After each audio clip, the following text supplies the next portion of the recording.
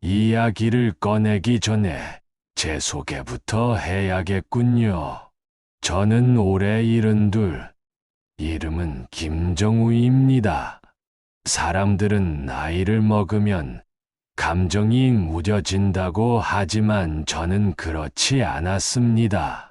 나이가 들수록 사소한 일에도 눈물이 고이고 오래전 기억들이 불쑥불쑥 떠올라 마음을 흔들곤 하지요.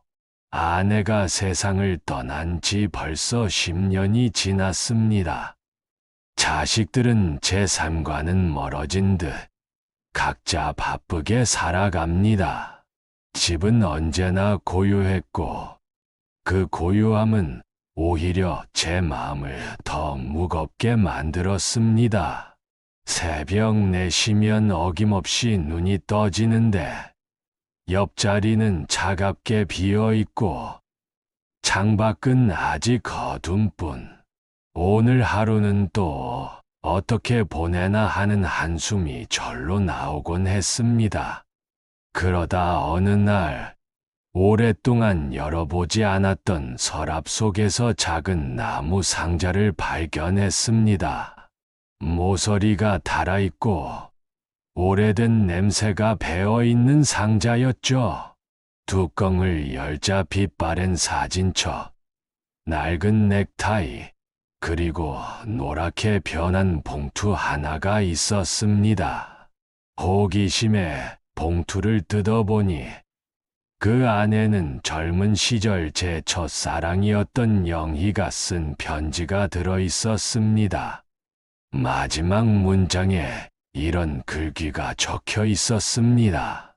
언젠가 당신이 꿈꾸던 모습으로 서 있는 날, 다시 만나고 싶습니다. 그때는 내가 먼저 다가가 당신 옆에 서 있을게요. 순간 제 가슴이 멈춘 듯 했습니다. 저는 결혼을 앞두고 영희와 헤어졌습니다. 누구의 잘못도 아니었지만 저는 오직 앞만 보고 달리느라 그녀의 손을 잡아주지 못했지요. 그 선택은 제 마음 한편에 늘 깊은 상처로 남아 있었습니다. 세월이 흘러 다시 마주한 편지 한 장. 그건 어쩌면 하늘이 내게 건네는 마지막 신호 같았습니다. 며칠 밤을 뒤척이며 고민했습니다. 이제 와서 무슨 낯으로 찾아가야 하나? 혹시 너무 늦은 건 아닐까? 그럼에도 불구하고 제 마음속에서 끊임없이 울리는 소리가 있었습니다. 지금이라도 가보자. 후회하기 전에. 다음 날, 저는 편지에 적힌 주소를 따라 길을 나섰습니다. 하지만 세상은 이미 달라져 있더군요. 골목길은 아파트로 변했고, 작은 가게들이 늘어서 있던 자리는 화려한 간판으로 가득했습니다. 주소는 사라져 있었고, 그 자리에 서 있는 저만 세상에 뒤떨어진 듯 했습니다. 발걸음을 돌리려던 순간, 공원 벤치에 앉아 있던 한 아주머니가 제게 다가와 물었습니다. 어르신, 혹시 길을 찾으세요? 저는 편지를 내밀며 조심스럽게 물었습니다.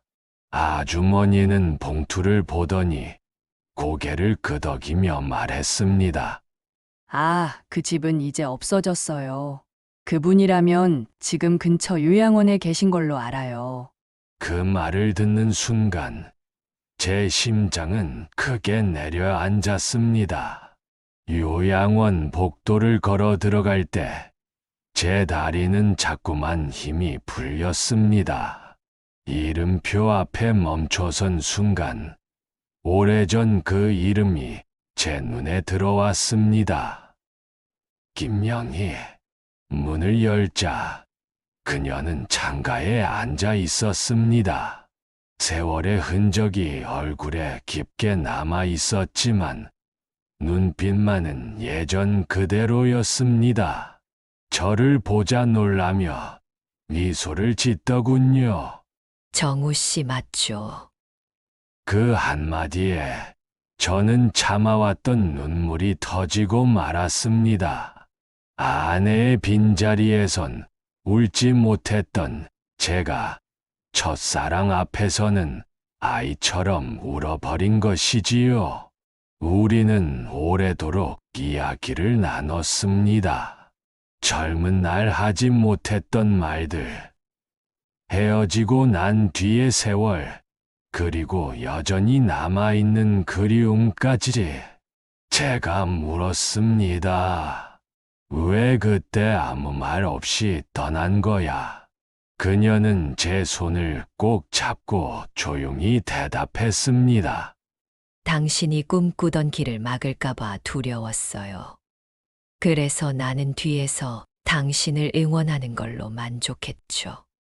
그게 내 마지막 사랑이었으니까요. 그 말에 저는 깨달았습니다.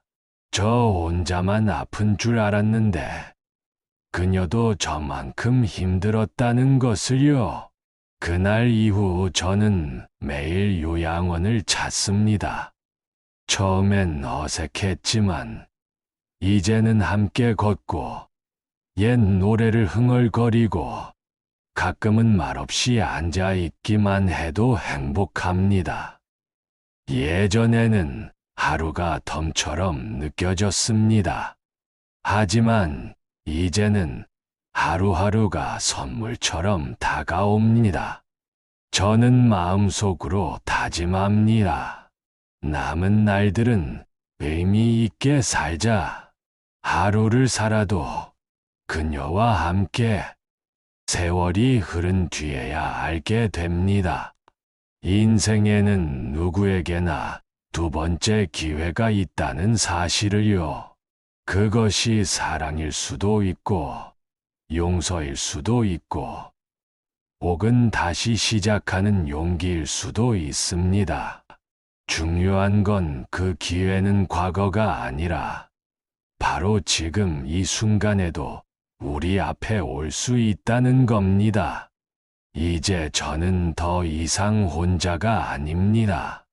오랜 세월을 돌아 다시 만난 그 사람과 함께 걷고 있으니까요. 청취자 여러분, 혹시 아직 전하지 못한 마음이 있습니까?